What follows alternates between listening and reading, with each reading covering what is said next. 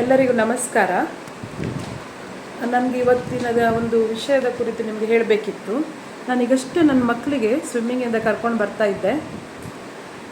ನಾನು ಸ್ಕೂಟಿಯಲ್ಲಿ ಡ್ರೈವ್ ಮಾಡ್ತಾ ಇರುವಾಗ ಒಂದು ದೊಡ್ಡ ಲಾರಿ ನನ್ನ ಸ್ಕೂಟಿಯಿಂದ ಸೈಡಿಂದ ಪಾಸಾಗಿ ಹೋಗಿದೆ.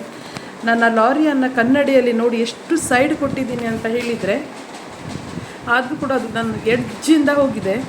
ಬಹುಶಃ ಡ್ರೈವರಿಗೆ ಅರಿವಾಗಲಿಲ್ವೋ ನಾವು ಹೋಗ್ತಾ ಇರೋದು, ಅಥವಾ ಕಾಣಲಿಲ್ಲವೋ ಟರ್ನಿಂಗ್ ಪಾಯಿಂಟಲ್ಲಿ, ಗೊತ್ತಿಲ್ಲ. ಆದರೆ ಎಲ್ಲ ಲಾರಿ ಚಾಲಕರಲ್ಲಿ ನನ್ನನ್ನು ಸೇರಿಸಿ ಅದರಲ್ಲಿ ಹೇಳ್ತಾ ಇದ್ದೀನಿ, ನಾನಾಗಲಿ ನೀವಾಗಲಿ ನಾವು ಬದುಕುವುದೇ ಮಕ್ಕಳಿಗೋಸ್ಕರ. ನಮ್ಮ ಸಣ್ಣ ಸಣ್ಣ ಮಕ್ಕಳಿದ್ದಾರೆ. 100 ಸಲ ಯೋಚನೆ ಮಾಡಿ ಗಾಡಿಯನ್ನು ನಾವು ಓಡಿಸುವಾಗ. ನೀವು ವಾಹನಗಳನ್ನು ಚಲಾಯಿಸುವಾಗ, ಮೇನ್ಲಿ ಟರ್ನಿಂಗಲ್ಲಿ ಚಲಾಯಿಸುವಾಗ ಸ್ವಲ್ಪ ನಿಧಾನವಾಗಿ ಚಲಾಯಿಸಿ. ಯಾಕಂದರೆ ನಾವು ಸ್ಕೂಟಿ ಸಣ್ಣ ಗಾಡಿ ಆಗಿರ್ತದೆ, ಅದಕ್ಕೆ ಸ್ವಲ್ಪ ತಾಗಿದರೂ ಸಾಕು.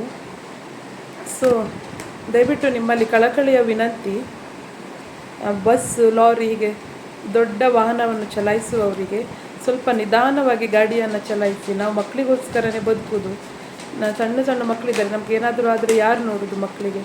ದಿನನಿತ್ಯ ನಾವು ಫೇಸ್ಬುಕ್ಕಲ್ಲಿ ನೋಡ್ತಾ ಇರ್ತೇವೆ ಎಷ್ಟು ಆಕ್ಸಿಡೆಂಟ್ಗಳು. ಅದನ್ನು ತಲೆಯಲ್ಲಿ ಹಿಡ್ಕೊಂಡು ಹೋಗ್ತಾ ಇರೋದು ರಸ್ತೆಯಲ್ಲಿ. ಆದ್ದರಿಂದ ಇದು ಕಳಕಳಿಯ ವಿನಂತಿ, ಯಾರಿಗೇ ಆಗಲಿ, ನೀವು ಕೂಡ ಜಾಗೃತೆಯಿಂದ ವಹಿಸಿ. ಯಾಕಂದರೆ ಎಲ್ಲರ ಮನೆಯಲ್ಲಿ ಯಾರಾದರೂ ಒಬ್ಬರು ನಮ್ಮನ್ನು ಕಾಯ್ತಾ ಇರ್ತಾರೆ. ಮಕ್ಕಳಿರ್ಬೋದು, ತಂದೆ ತಾಯಿ ಇರ್ಬೋದು, ಹೆಂಡತಿ ಗಂಡಂದಿರು. ಸೊ ಎಲ್ಲ ಟೈಮ್ ನಮ್ಮ ಕೈಯಲ್ಲಿ ಇರುವುದಿಲ್ಲ, ಸತ್ಯ. ಆದರೆ ಬೇಕಂತ ಕೂಡ ನಾವು ಮಾಡ್ಕೊಳ್ಬಾರ್ದು ಅನ್ನೋದು ಒಂದು ಕಳಕಳಿಯ ವಿನಂತಿ. ಧನ್ಯವಾದಗಳು.